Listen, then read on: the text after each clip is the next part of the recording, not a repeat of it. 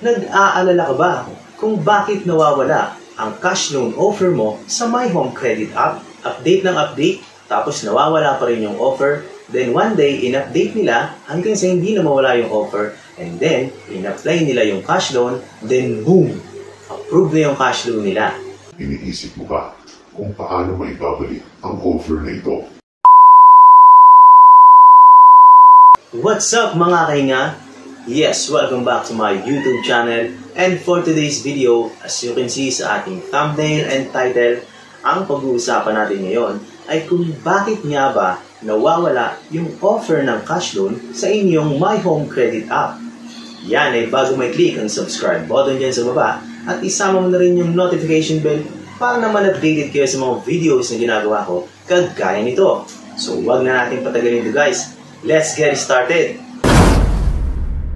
Nangyayari ito kapag ang client ay meron pang active loan o hindi pa tapos hulugan na product loan or cash loan.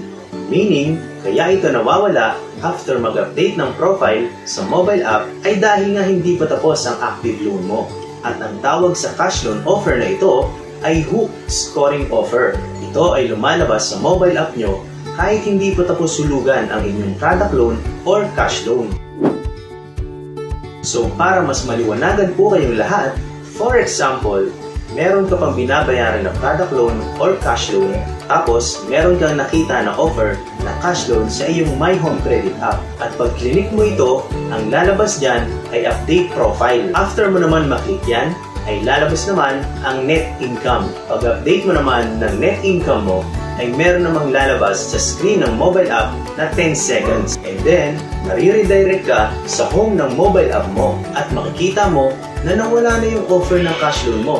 At ang pumalit dito ay yung product loan offer naman. Sa point na ito, ay magtataka ka naman dahil ang pumalit sa cash loan offer mo ay product loan offer. Gayong meron ka pang hinuhulugan na product loan. So yung ibang client na ayaw naman talaga ng cash loan ay ginagrab nila yung product loan na offer sa kanila. Dahil pwede naman talaga ngayon ang multiple product loan sa home credit. Yung tipong may hinuhulugan ka pang product loan at meron na namang isa pang offer na product loan. At yun nga po ang hook scoring offer na tinatawag.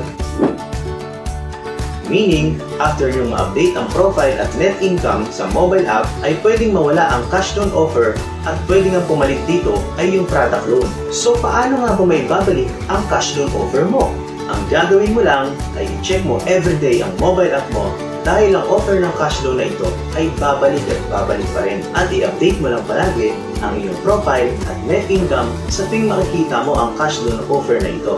Huwag kang mag-alala dahil kaka-update mo ng profile mo paulit-ulit, may isang araw na pag in-update mo ito ay hindi na mawawala ang cash loan na offer na yan. At maaari pang tumaas yung offer ni Home Credit sa inyo. Update ng update, tapos nawawala pa rin yung offer. Then one day, in-update nila hanggang sa hindi na mawala yung offer. And then, in-apply nila yung cash loan. Then boom! Approve na yung cash loan nila. Tandaan, minsan, kailangan din matapos muna yung active loan para hindi mawala yung cash loan offer dyan sa mobile app nyo. Kailangan nyo lang ng patience talaga kung talagang interesado pa rin kayo sa offer na cash loan ni Home Credit. For example, ang loan term na pinili nyo is 24 months, amounting 40,000 pesos. Let's say na nakakapaghulog na kayo ng 14 months, so ang remaining months na lamang ay 10 months. Sabihin na natin ang balance nyo dito ay 20k na lamang at gusto nyo na itong i-fully paid. Ang una nyong gagawin ay tumawag muna kayo sa customer service ni Home Credit at sabihin nyo po sa kanila na gusto nyo nang i-fully paid yung remaining balance nyo sa inyong cash loan.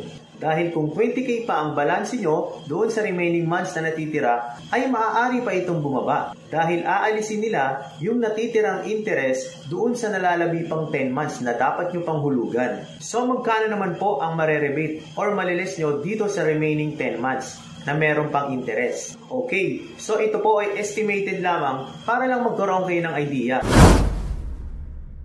20k ang balance nyo for remaining 10 months at ito ay maaaring bumaba hanggang 12k to 14k. O di ba? Ang laki pa rin ang inyong mare-rebate kapag ganito ang ginawa nyo sa inyong cash loan. Remember, estimated lamang po ang binigay kong amount na inyong mare-rebate or maliles. So hanggang dito na lamang po ang video na ito at sana ay may natutunan na naman kayo sa ating topic for today. At kung meron kayong mga tanungan about sa home credit, feel free to comment down below at sasagutin ko ang lahat ng yan sa abot ng aking makakaya. And don't forget to like, share, and subscribe. And see you on our next video. Hanggang sa muli, ako po ang inyong lingkod, Sir Gerald, and peace out!